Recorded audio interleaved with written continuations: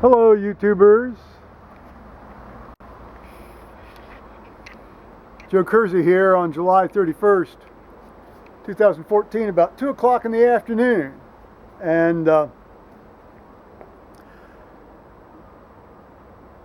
may be jumping the gun here just a bit, but since most of you will be watching this in August anyway, today I'm starting a series called August Autobiographies. And all of this material was originally done back in early and mid-May of this year for a movie that was being made by Dan Fry, which he posted on his YouTube channel. The movie is called, and I've spoken about this before, but the movie is called Gay and Gray. And it's a documentary by the four of us: Dan Fry, Joe Kersey, Paul Bennett, and Johan Venter. And a very little bit of this material appeared in this documentary. So I've got about 7.5 hours of material, which I'm going to put up in about, probably about 6 or 7, maybe even 8 segments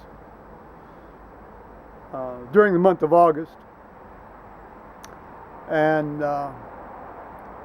it's basically about Paul's and my life together, how we met, and then also our lives before we met, in terms of, you know, how we realized we were gay and how we came out and that sort of thing. So I hope you enjoy it and listen to it. I think, therefore, we'll start with the first segment.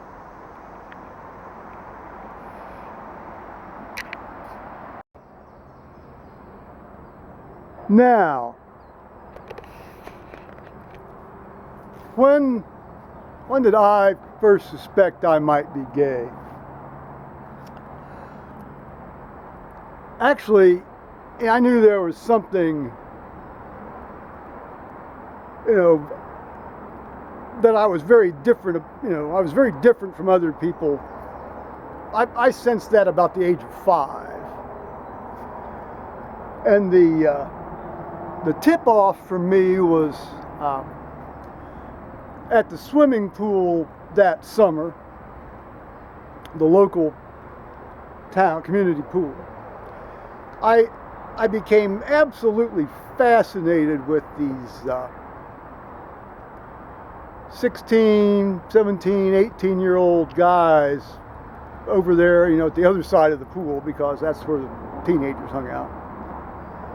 And I was just fascinated. I mean, they had hair and they had beautiful, you know, they had big brown nipples, and it was great. I thought this is fantastic. But I had enough sense to keep my mouth shut about it. Even at age 5. Well, you know, it's a survival instinct, isn't it? You know. So, you know, my mother had taught me to read when I was about 3.5, and by the age of 4, I was reading newspapers, and by the age of 6, essentially, I was reading at a 12th grade level. And we took 3 newspapers, and we took 7 or 8 national periodicals, and the ethic in our house was that you were allowed to read anything. I mean, anything at any age. And so, inevitably, you know, there's going to be an article about, you know, homosexuality in every few one of these things, and you know, you read it, and then it begins to gradually dawn on you that that may well be the case here with me or yourself. And and at 9 I was pretty well sure. But what really clinched it for me was there was a series of I think 7 articles in Life magazine about around 1964, I believe, summer of 1964, and these were very lurid depictions of homosexual life. Late night in the cities, and everybody's lurking in alleys and doorways, and having anonymous sex.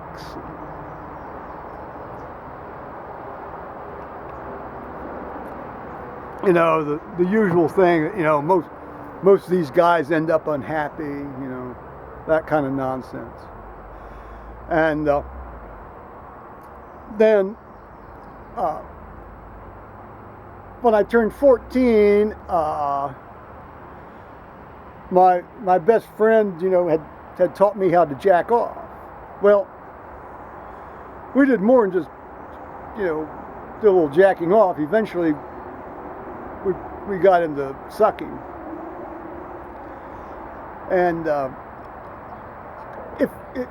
I would often sleep over at his house, but he only 2 times slept over at mine, because my folks just didn't like strangers in the house in general. Well, we just didn't really have room for a lot of, stuff, certainly for people staying over. And one of the 2 times he stayed at my house, my dad opened the bedroom door while I had this guy's cock in my mouth. He quietly withdrew and never said anything. And of course, pretty much at that moment I knew I was gay. But that was it. That was it until, well, in terms of the gay stuff, that was it into my mid-20s. This isn't to say that all the way through high school and certainly all the way through college, I just so desperately wanted to do something, but I was flat out just afraid that since I wanted to pursue a medical career, that would be, very much frowned upon if, word of that got out to the admissions committee and that sort of thing. So, just intense frustration. Now, you understand, it didn't bother me. It didn't bother me I was gay. It wasn't like I said to myself, oh, I wish I were straight. Oh, I wish I were heterosexual. No, I didn't think that at all. I was glad to be gay. I like guys. I like guys. And so the fact that I knew I was gay didn't bother me. What bothered me was having to basically live a continual lie, like a deep cover, undercover spy. Just some guy gets sent into a country and lives a certain way for 25 years and then does his deed that he's been sent over there to do.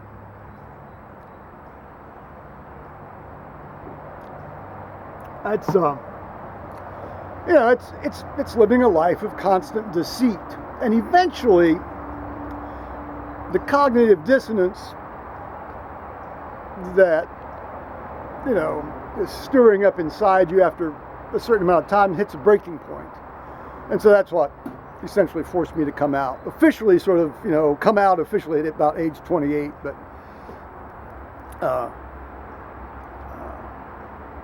until then, there have been a couple of furtive things starting around when I was 26, 25.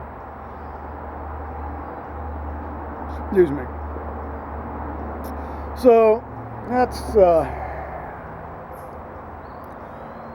how this all got started.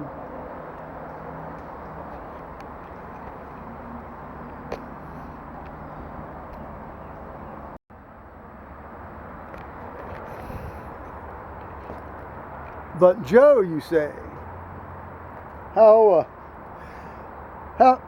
you know, there was a significant amount of years between 14 and 26 or 28, especially 12 years or 14 years. You had to have been doing something. Well, in the interim, I finished high school. I went to university, majored in history, and I was fortunate enough to be accepted on a 6-year track to go straight, 3 years of undergraduate. Then at that time, our medical school was a 3-year medical school, but you went straight through. You didn't have summers off, and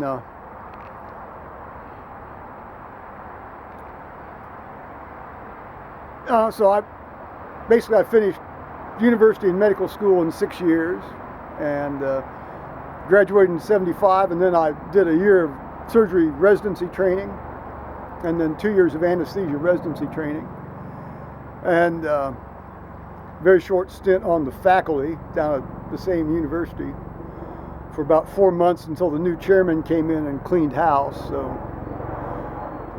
newly minted assistant professor Joe was, had to go into exile. So I went into exile over in the neighboring state and worked there for 15 months, and then came back for Central Ohio, where all this is taking place, and worked at a local hospital for 11 years, and then I retired at age 39. So that's sort of that's a little account there.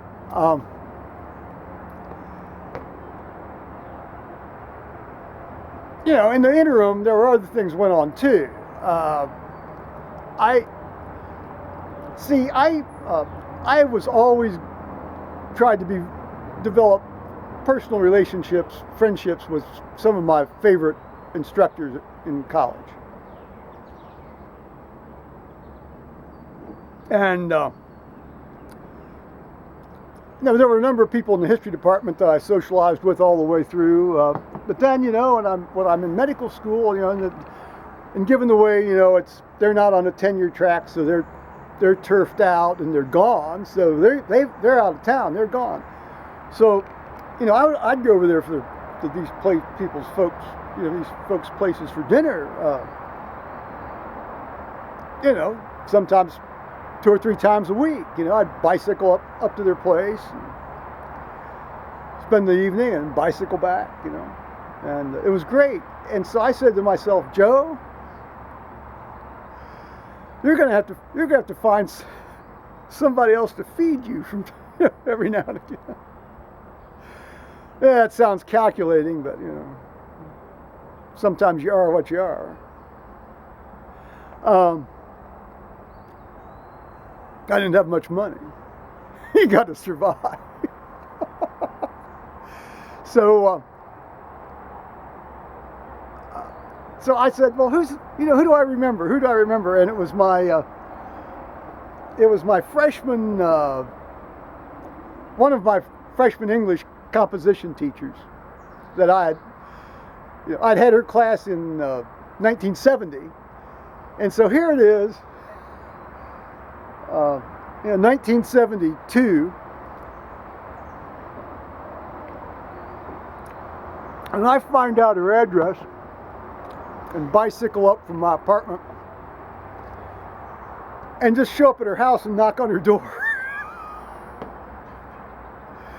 And she remembered me. And over the next, this was 72, so over the next few months, several months, we became we became true friends.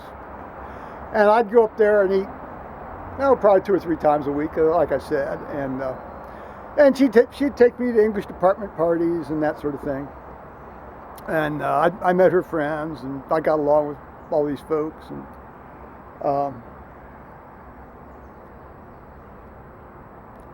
And then, then come November of 1973, I had started into the clinical rotation phase of my medical school training, and one evening after having to deal with a tremendously arrogant, shitty bastard of a thoracic surgery resident,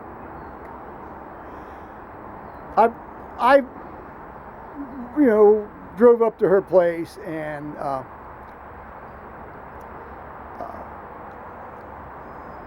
we sat out on the back steps and talked, and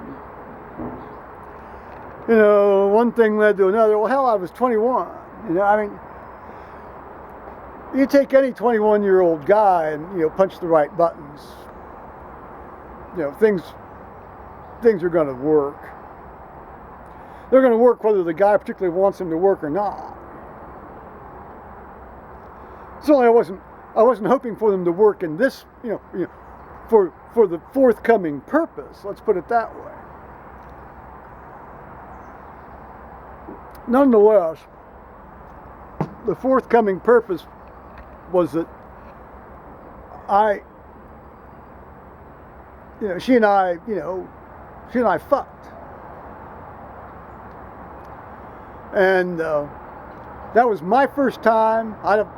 It wasn't her first time, but it was my first time. Whereupon she became pregnant with my now 40-year-old son, and perhaps more of that anon.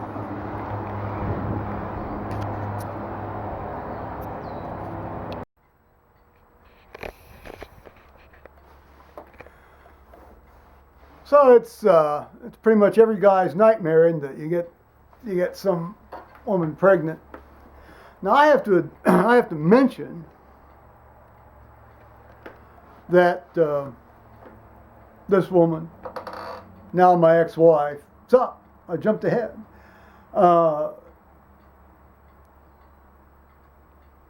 was 16 years older than I was. So when my son was actually born, and yes, he was born. Fortunately, all the hysterical feminists down at the English department, couldn't convince her to kill him.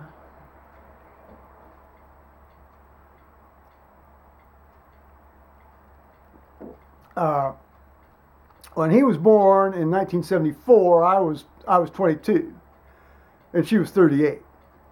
She's 16 years older than me.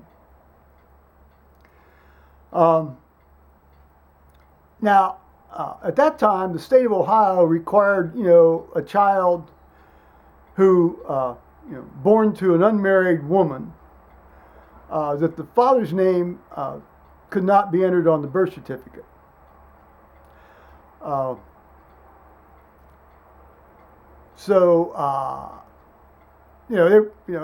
He was an illegitimate child. And so we had to go through a legal process called legitimization in order to get my name put on the birth certificate. Which we duly did, and cost about $230 in $74. So that makes, that'd be about a $1,200 whack today in, 2014 dollars.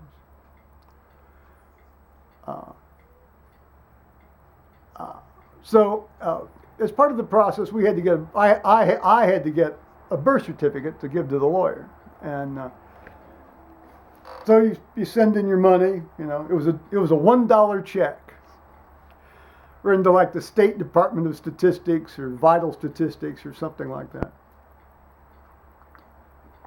And in the cover letter, I said send it to this address, and the cover, was my address, of my current residence. I still had my own apartment, we hadn't moved in yet, and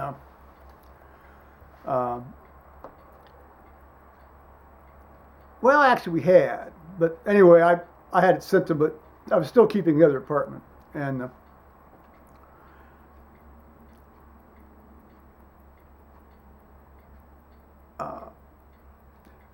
so instead of sending the birth certificate to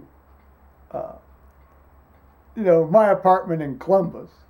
They they sent it to the address on my check, which was still my hometown bank. So they sent it to my Lebanon, Ohio address. Whereupon, my parents, they saw this letter and it was addressed to me, but my dad and I had the same name. He's Joe S. Kersey, I'm Joe S. Kersey. And, well, he was Joe S. Kersey, he's dead now. And God bless him. But, so they opened this and I get a phone call. Because I was still in and out of there, pretty much every other day. And I happened to be there and the phone rang and I picked it up as my parents. This is all pre-caller ID and, little voice recorders and things like that. And I got this plaintive question. Who's this Thomas Carter Diskin? And I was like, oh, yeah, shit. Oh, shit. Oh, shit. Yeah. In fact, those were my very words. Oh, shit. Oh, shit. Oh, shit. Oh, shit. Oh, shit. Well, so then the truth came out, and but I'll tell you, it's probably just as well this happened because I'll tell you, I wasn't planning on telling him any of this. So in September of that year, about 2.5 months after Thomas was born, we went down and met the parents. Yeah. That pretty much spells the tone of the following relationship. Actually, my dad didn't. My dad took it very well. He accepted this. My mother was just she's off in la la land about. And she never really came back down to the day of her death.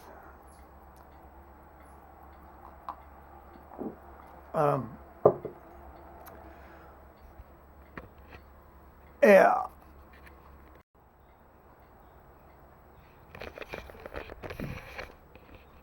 So, Thomas got bigger, and I kept saying, well, we really ought to get married. Just really ought to get married.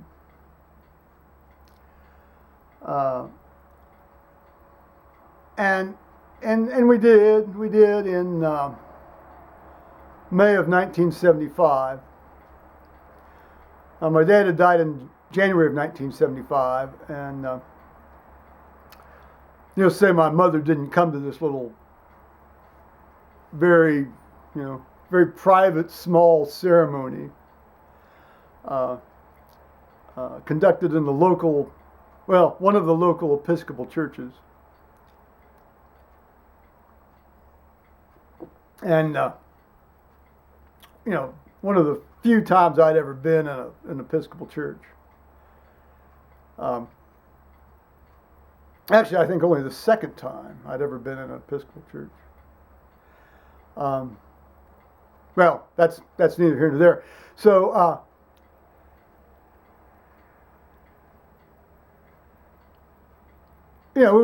so we were married, and we lived, we got a house down there on North 4th Street in Columbus when I was in residency, my 3 years of residency, and had a very nice, it was a very nice place. It was a very small place. It was the house itself was relatively big. It was one of these big old 1890s houses. The yard was relatively small, but it was fenced in, and so Thomas could run around, and I put a swing up from a limb of a big oak tree there, and it was very pleasant.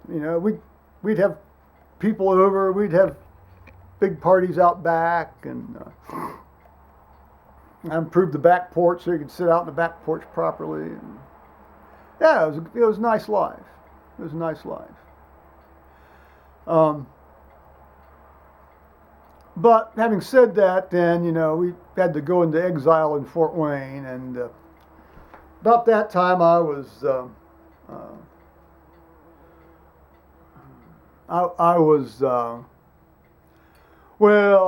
that time I was getting very frustrated in terms of having to live the lie and all this kind of stuff. And so, fortunately, I had gotten to the, I'll tell you, I had gotten to the point where I said to myself, if you can't find a way to get back to Columbus and get, to see a way that you can finally get shed of this marriage situation and actually live your life, openly gay, I'm going to kill myself. I went out and I bought the gun. In Indiana at that time you had a 7-day waiting period. Got the gun.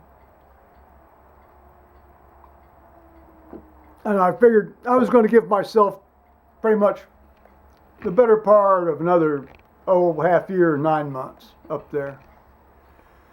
This was when I sort of decided that, I'd been up there about 10 months, 11 months. I thought, well, we'll give it another better part of a year, and then I'm just going to kill myself. If I can't get out of here and figure out a way, I'm out of here.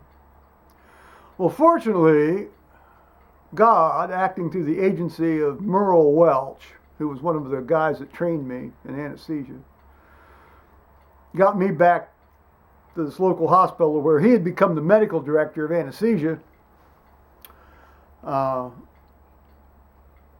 after the new chairman of Ohio State ran him out too, or he got fed up with him, or. Anyway, he got me back, and so I didn't have to kill myself. I've always credited God and Merle Welch for saving my life on that one. But that's sort of the toll all this kind of living tells. So eventually, we had moved back to an apartment in Columbus, and then we bought a house. And the month after we moved into the house, I told my then wife, this has just got to stop. So then we went through the wonderful period of divorce.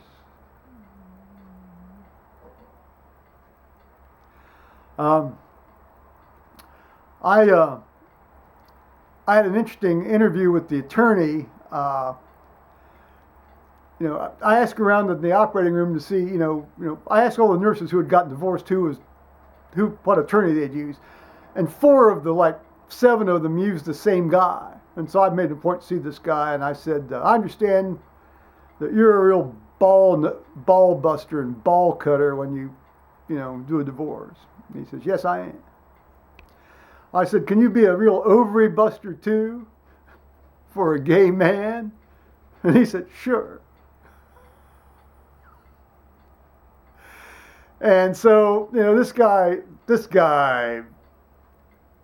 was great, and after we negotiated, or I negotiated the settlement, the separation agreement with my ex-wife, soon to be ex-wife.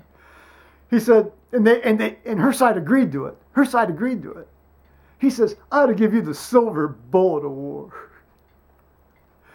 Because, they basically signed away, a lot of stuff they might have tried to stick it to me for.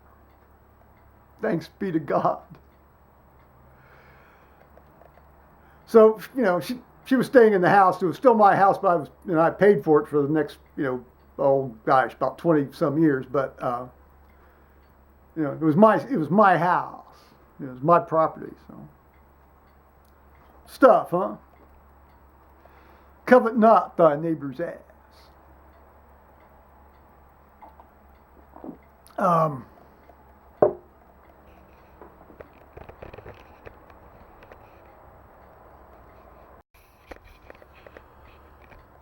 So the divorce went through, and I moved into an apartment down on a street called Lakeview, down in an area of Columbus known as Clintonville. and it was half of a duplex. One of these big old houses that had been built probably just immediately after the First World War had been divided into 2 units, and so I rented an apartment there, and it was a 2-story apartment. It was nice. I mean, it was a big apartment. You had about you actually had 3 bedrooms upstairs, and then 2 big rooms downstairs and a kitchen in the back. So it was a very, very reasonable price. So that's where I moved, and that's when I started having a lot of fun. Now, I will say that in the 2 years leading, that was when I was 28. I was 28. This was in 1980. But for the 2 years previous, I had been fooling around with one guy in particular, who actually was, is 20 years older than I am, and at the time, well, still is, obviously, he still is 20 years older than I am, and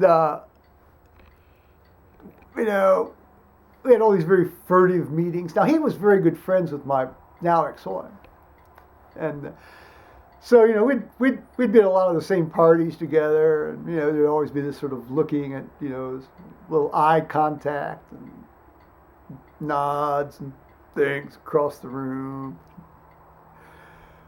little interior jokes, and so when we wanted to do something, I'd generally go down to a phone booth. Remember phone booths? And call him, and then get the okay to come over to his place, and we would do things. So that was very nice. Yeah, he still is a wonderful guy. I haven't seen him for a while, but he's a great guy. So it was when I was down on Lakeview that I decided to let's just start going to these things called gay bars.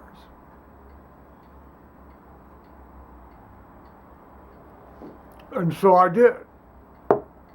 And after probably about 6, I'd say certainly no more than 6. Maybe just around 4. Yeah, between 4 and 6 of these kind of one-night stand things where you bring a guy home, or he drives up behind you, and